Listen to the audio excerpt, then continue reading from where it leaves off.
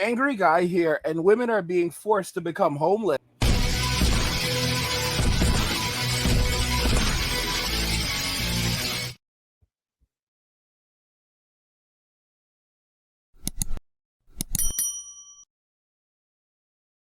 Women are being forced to become homeless. This is a reality that a lot of women are living in now. This is a real feel good story. I'm going to go ahead and just share this with you. So, as you guys can see on the screen, a lot of these young women are now being forced back into the streets from whence they came. My landlord doubled my rent days before Christmas. I could become homeless. Like I said, it's a feel good story. This comes from the New York Post. A 28-year-old singer, mother, and a registered nurse, that just makes me feel better about it, in Perth, Australia, has had her landlords more than double her weekly rent in a disastrous move just days before Christmas. In an emotional video shared on TikTok, of course, that's where they all share it. Must be a young Gen, it must be a young millennial or a Gen Zer. That's how they roll these days. In an emotional video shared on TikTok, Jackie Brooking spoke of her dire living situation, which could leave her and her son homeless by New Year. Brooking began her video by revealing the harsh reality she is facing after residing in her rental home for the past 6 years. She explained her property was, until recently, a part of the National Rental Affordability Scheme. Gotta love scheme. Aimed at reducing rental costs for low income earners at least 20% below market rent. The house was recently sold, and the new owners didn't want to go ahead with the same low income scheme, she explained. The consequences of the decision was a staggering increase in rent, soaring from $200 to a crippling $430 per week. Oh, poor baby. Brooking in tears, wearing Christmas themed nursing scrubs, expressed her desperation, saying, I obviously can't afford to pay that. I feel so effing stupid doing this. ASHI, and you know what the last letter is. The single mother detailed her efforts to secure alternative housing, only to face rejection after rejection. As her lease approaches, it's it ends on January 1st. Brooking found herself in a precarious position. The limited availability of NRA's properties complicated her search, leaving her stuck between being a low income existing tenant and not meeting the criteria as a new tenant. Brookings said she reached out to her real estate agent, explained the looming threat of homelessness for herself and her son, but the response was callous, with the agent, who has not been named, threatening legal action if she didn't vacate the premise by the specified date. I just don't know what I meant to do, she said. This is literally so embarrassing. Like I said, from the streets they came, to the streets they shall return. She said the logistics of finding accommodation for her beloved cat and dog and a storage unit for their belongings added another layer of stress. Brooking turned to her audience asking for suggestions. What she's really asking for is money. The comment section overflowed with sympathetic messages condemning the challenging housing situation in Perth. Some offered practical advice, suggesting she contact the state tenancy board for assistance. Perth, in particular, has earned the uninevitable title of Australia's toughest city for renters in 2023. ProTrack data revealed this year that 9 of the nation's 10 most competitive suburbs for rentals are located in Perth, even as demand in other cities decreases. The Bentley area, in particular, stands out with an astonishing average of 160 competitors per rental listing, triple the levels recorded in other Australian capitals. The NRAs began in 2008 under the Rudd government and will end in 2026. So, like I said, this is a feel good story. Santa Claus gave us this one for Christmas. Thank you, Santa. Well, listen, there's no Santa. There's only Jesus. Jesus, the Son of God. So thank you, Jesus.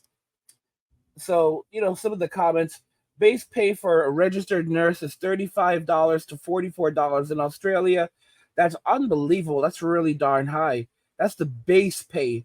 So she's making a minimum of 70,000 to almost $90,000 a year. This says, let's assume she works 16 hours a week, 2 days, and is completely compensated at $40 an hour. She would net about $640 a week.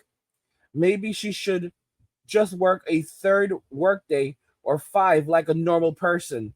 And I got 28 likes. Geoff said, I wonder if she is an RN. She could just be a bedpan changer or an aide at a senior's facility. They make much less, but they call themselves nurses quite often. So that is true. That is very, very true. And another comment says, there are people ripping on a working mother, saying she has to work more. How old is her kid? Is she the primary caregiver? Maybe she can't easily afford a babysitter, working full time and housing simultaneously. Some even say she must have voted blue without any evidence from this article suggesting she did. Guys, let me just to be honest, to me this sounds like what conservatives vote for when they mandate pregnancy. This woman chose to continue pregnancy and raise a child without help. If she did happen to vote conservatively, she would have locked single and unexpected parents into her into her situation, which she did by choice, I hope, rather than by legal mandate of her government. Anyway, so this person's an idiot, guys. The point I'm trying to make is that this woman, she made a decision for herself that has placed her in this situation, and of course, when these women do these things, they then suddenly want someone to come in and bail them out of their bad decisions, the same way women are bailed out of every bad decision that they make. I personally am not crying for her. I'm not saying that anyone should run in and try to save the princess. It's crazy though. This really is a small world because I've known multiple people that live in Perth and I've never been to Australia. But it is something else how these women, these are the choices that they make.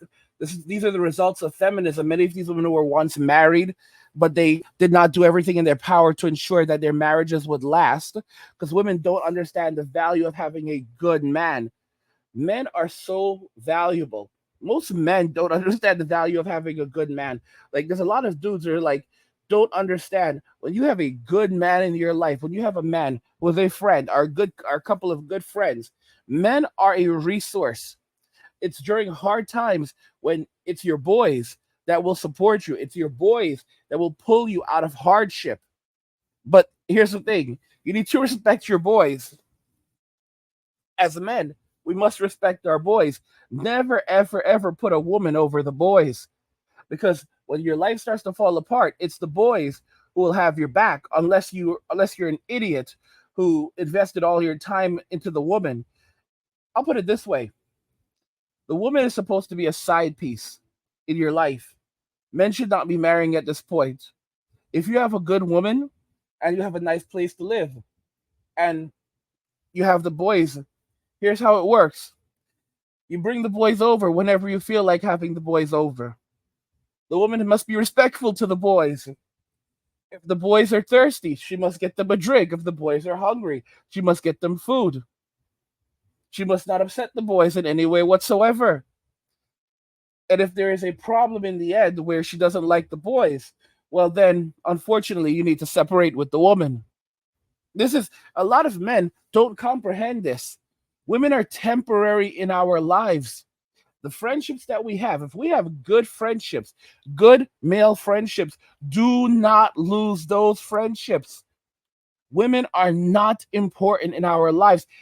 I see pictures of some men who have stuck together for 30, 40 years, and they take pictures for like 30, 40 years. They take pictures for like last 40 years. And those friendships last. Those are the friendships that will get you through hardships in life, because we all have ups and downs. Women, Women won't get us through anything. They're the ones who will take us through these things, put us through these things. We were not put here on God's green earth to be used and taken advantage of by these individuals who are heartless and merciless and don't see us as human beings, but see us as utilities that they can exploit for their own joy and narcissism. Men have to realize that nothing lasts forever, and the evil acts of these harpies is going to come to an end eventually. I told you that with wave two of M2, it's going for everyone. Everyone's going to get it. It's going to be so bad. There are going to be guys just sitting around laughing about it because everyone's going to get it. Everyone. Leo had his fun in Hollywood.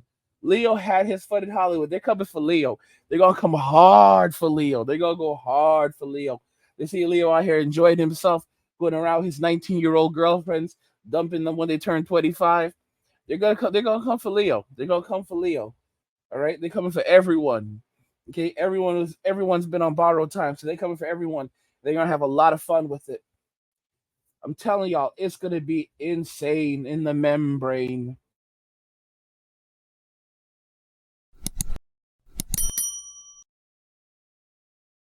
Women are being forced to become homeless. I want to know what you guys think regarding this in the comments.